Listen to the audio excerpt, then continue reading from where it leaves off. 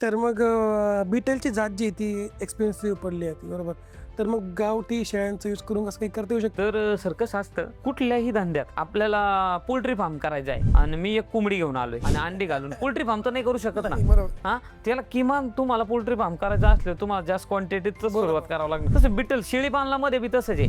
काही लोक 2 शेळ्या घेऊन जातात, एक बोकड घेऊन जातात, तर आम्हाला शेळी पालन कसं शक्य आहे? किमान त्यांनी 10 शेळ्या किंवा 10 लागवडी साईजच्या पाठी आणि एक बोकड खरेदी केला पाहिजे, जेणेकरून त्यांचं उत्पन्न फास्ट चालू होतं. आणि मला काय म्हणायचं सर, सगळ्यात महत्वाचं, तुम्ही शेळी घेता, पाठ घेता, पाठीची किंमत ती वेल्यानंतर ती नील होऊन जाते शेळी.